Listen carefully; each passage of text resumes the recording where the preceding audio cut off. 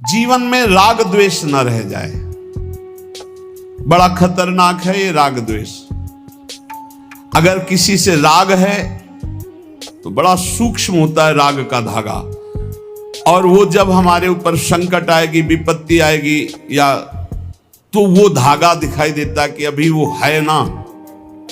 द्रौपदी जी को पहले श्री कृष्ण याद नहीं आए, 5 महारथी पति है अतिरथी, वो याद आए, फिर भीष्मादि याद आए, फिर अपनी भुजाओं का बल, फिर दांतों का बल, और जब निर्बल तब महाबल।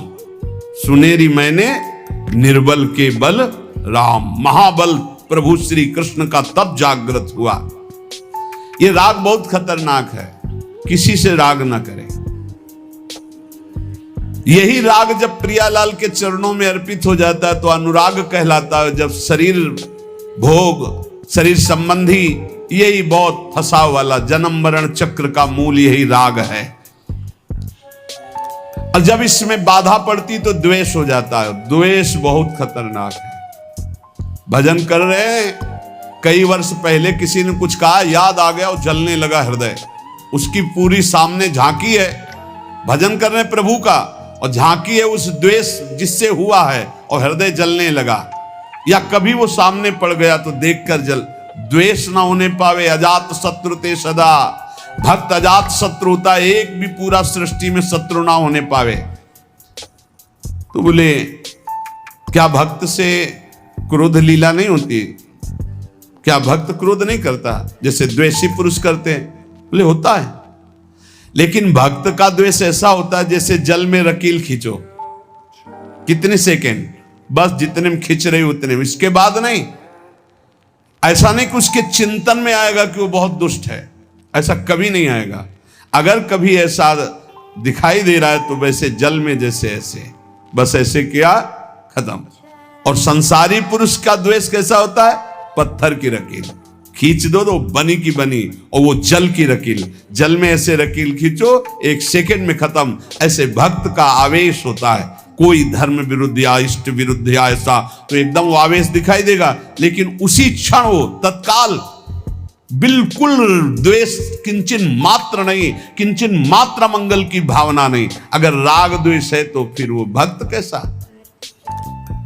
जीवन में राग द्वेष न रहने पावे, किसी से राग नहीं, किसी से द्वेष नहीं, और किसी भी भोग के प्रति ऐसी प्रचंड ममता कामना ना हो कि प्रियालाल का विस्मरण हो जाए।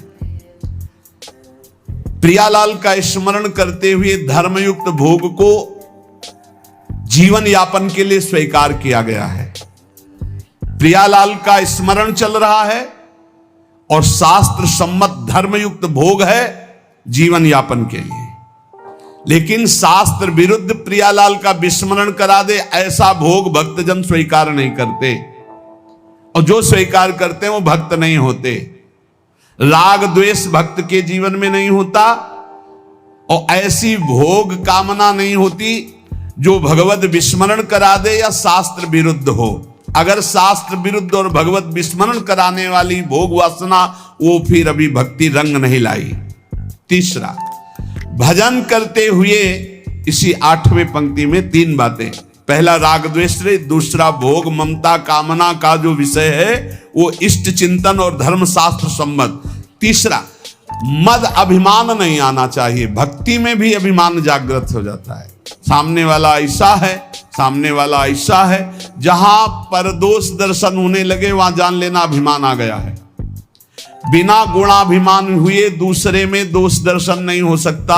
अभिमान की पहचान दूसरों में दोष दर्शन, अपने में गुण का भाव, गुण का आरोप, अपने में गुण का अभिमान, दूसरे में दोष दर्शन, ये पतन का लक्षण है, सिर्फ पतन का लक्षण।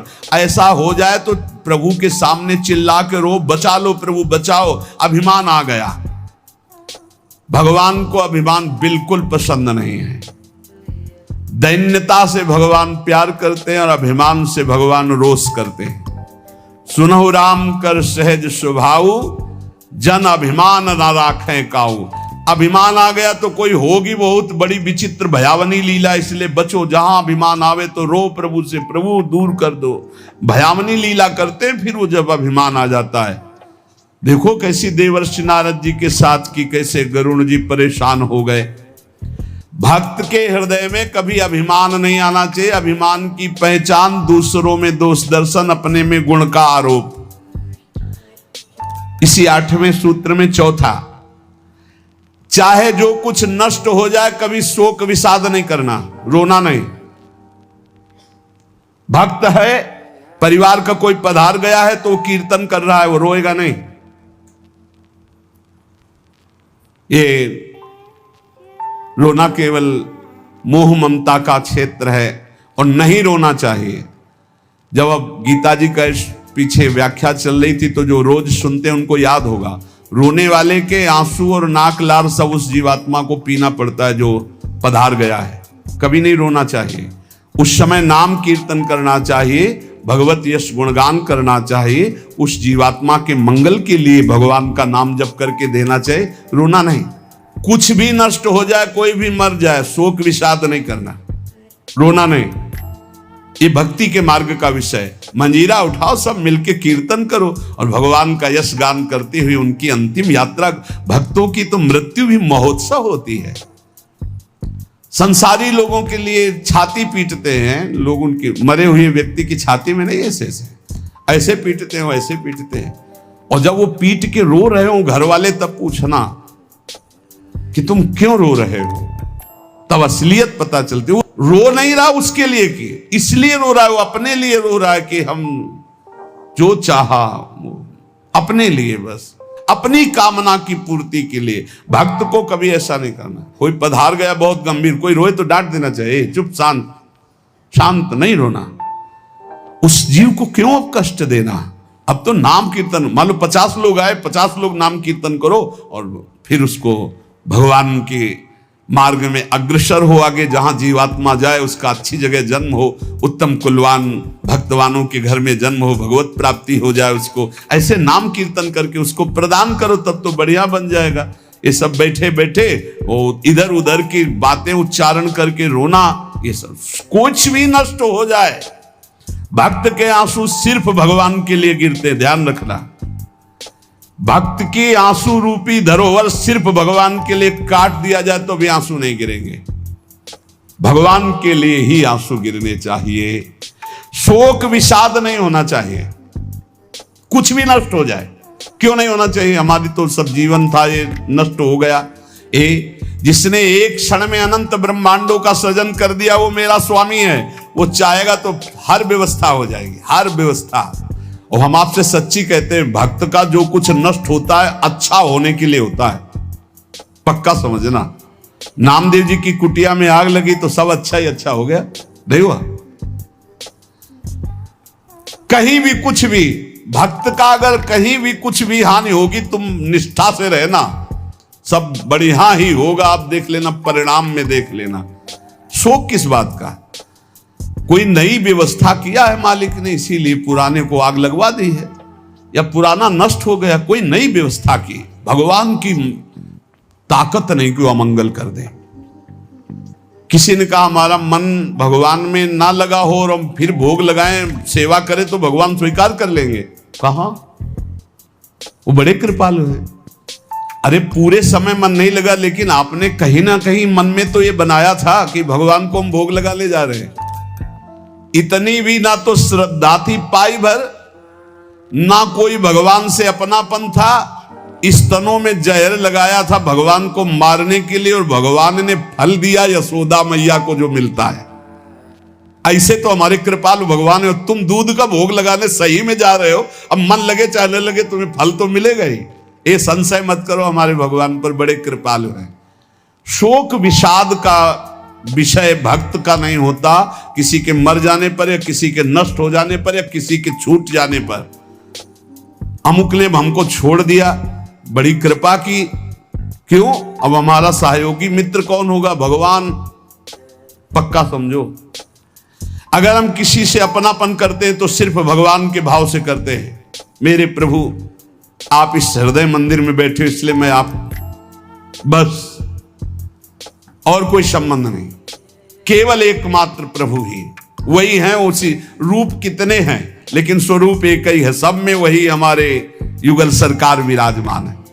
और इसमें पांचवी बात, 8वें सूत्र में 5वीं बात, कभी भय और संदेह न करना, कभी भय न करना।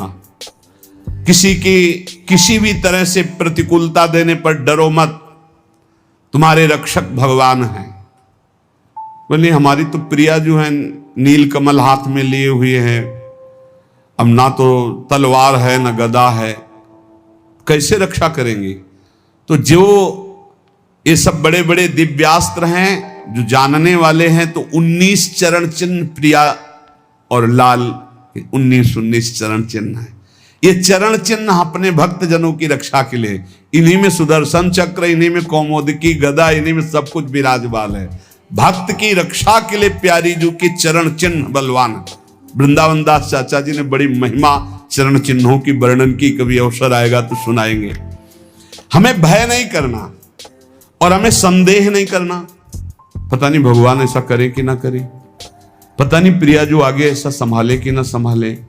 भजन तो करते हैं, पता नहीं भगवत प्राप्ति होगी कि नहीं। अरे इधर भोग भी नहीं भोग रहे हो, इधर भजन भी कर रहे हो, प्रियालाल मिले कि ना मिले, पता नहीं ये भजन सही है कि नहीं सही, इस मंत्र से काम होगा कि नहीं होगा, ये जो नाम कह रहे राधा नाम, इस नाम से होगा कि नहीं होगा। संदेह न करे, संशय न करे।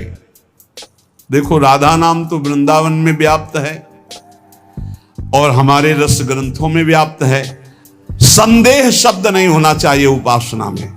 जो गुरु ने उपासना दी उसमें संदेह नहीं होना चाहिए। और 5वां, इस 8वें सूत्र में 5वां, असूया, दूसरों के गुणों में दोष देखना, चुगली करना और ईर्ष्या, इनसे बहुत दूर रहना चाहिए उपासक को। ईर्ष्या बहुत बुरी है।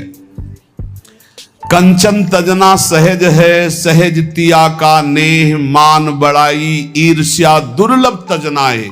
ईर्ष्या बहुत बुरी है, मतलब ये जलाती रहती है हृदय में, ये बहुत बड़ी आग है। एक जिससे ईर्ष्या उसको प्रणाम करो उससे नष्ट हो जाएगी। इसके नष्ट करने का उपाय एक ही है, जिससे ईर्ष्या उसको बार बार प्रणाम करो, बार बार। और वो तुम्हें कितना भी कड़ुआ बोले तुम बुरा मत मानना, तो तुम्हारी ईर्ष्या नष्ट हो जाएगी नहीं। ईर्ष्या बेमतलब जलाती रहती है। और किसी के गुणों में दोष ना देखे, किसी की चुगली ना करे। सुनो ऐसे से कुछ लोगों का स्वभाव होता है, उनका भोजन ही नहीं पचेगा जब तक 2-4 की बुराई नहीं कर लेंगे। सुना तुमने ऐसे से ऐसा नहीं, हमने तो नहीं। अरे मतलब ऐसे गूढ़ विषय की चर्चा मानो ब्रह्म साक्षात्कार करा देंगे। ऐसे लोगों से बचना चाहिए जो दूसरों की निंदा चुगली करते हैं। निंदा चुगली करने वालों को ऐसा लगता है जैसे चक्रवर्ती सम्राट पद में बैठाल दिए जाएंगे, जब 2-4 उनको मिल जाए सुनने वाले, फिर जैसे कोई भगवत प्रेमी महात्मा खूब सरस भगवान की चर्चा करे, ऐसे ये द्वेषी जन होते हैं। ये निंदा बहुत संभाल संभाल करके, कहीं भी चूक ना होने पावे, पूरी निंदा। तो ऐसे लोगों से बचे। चुगली करना, दूसरे के गुणों में दोष देखना और ईर्ष्या करना। भगवदानंद का जो तारतम्य वर्णन करते हैं शास्त्र हमारे, पहली बात तो ये कहते हैं कि कोई भी कुछ भी करता है तो अपने सुख के लिए करता है। हमें सुख प्राप्त हो इसलिए, वो किसी और के लिए नहीं करता। नावा अरे पत्यु कामाय पति प्रियो भवति, आत्मनस्तु कामाय पति प्रियो भवति। नावा अरे जायायै कामाय जाया प्रिया भवति, आत्मनस्तु कामाय जाया प्रिया भवति। उपनिषद अर्थात वेद ऐसा कहते हैं, यहां परस्पर जो प्रीति है वो अपने सुख के लिए है, कोई किसी के सुख के लिए प्यार नहीं करता। जैसे नावा अरे पत्यु कामाय पति प्रियो भवति, अगर पत्नी पति से प्रीति करती है तो अपने सुख के प्रयोजन से करती है। पति के सुख का लक्ष्य नहीं होता। नावा अरे पत्यु कामाय पति प्रियो भवति, वो पति को प्यार करती है तो अपने सुख के लिए करती है। ऐसे ही आत्मनस्तु कामाय पति प्रियो भवति, यदि पति पत्नी से प्यार करता है तो वो अपने सुख के लिए करता है। जहां अपने सुख में बाधा हुई वहां कोई प्यार दिखाई नहीं देगा। अपने सुख के लिए ही सब जीव प्यार करते हैं, सब क्रियाएं करते हैं, सब विचर रहे हैं केवल अपने सुख के लिए। नावा अरे जायाई कामाय जाया प्रिया भवति, आत्मनस्तु कामाय जाया प्रिया भवति। इसी तरह से जो पुत्र वित्त जो भी सुख है वो अपने सुख के लिए है। हमें सुख मिलता है इसलिए हमें पुत्र प्रिय है, पुत्री प्रिय है, धन प्रिय है, मकान प्रिय है, हमें सुख मिलता है। जिस दिन हमें सुख मिलना बंद हो गया हमारा प्यार कहीं नहीं रह जाएगा। अब ये सुख का तारतम्य देखना है कि वास्तविक क्या इनमें सुख है। देखो यहां कह रहे हैं नावा अरे पत्यु कामाय पति प्रियो भवति, पति प्रिय नहीं है, पति से कामना की पूर्ति होती इसलिए प्रिय है। ऐसे कितने उदाहरण हैं, पुत्र के लिए, पत्नी के लिए, माता पिता के लिए, अलग अलग संबंधों में। हमारा शास्त्र कहता है हम केवल सुख से प्यार करते हैं, सुख से, अपने सुख से। अगर हमको दुख का संबंध दिखाई देने लगे तो सब संबंध छोड़ दें। और सुख है नहीं, केवल सुख की छाया में फंसा करके ये माया हमें बांधे हुए है। जिसे तुम सुख समझते हो ये सुख नहीं, सुख की छाया है, समझ पड़ती नहीं, ये गिरधर की माया है। जैसे किसी व्यक्ति की छाया को पकड़ने चलो कभी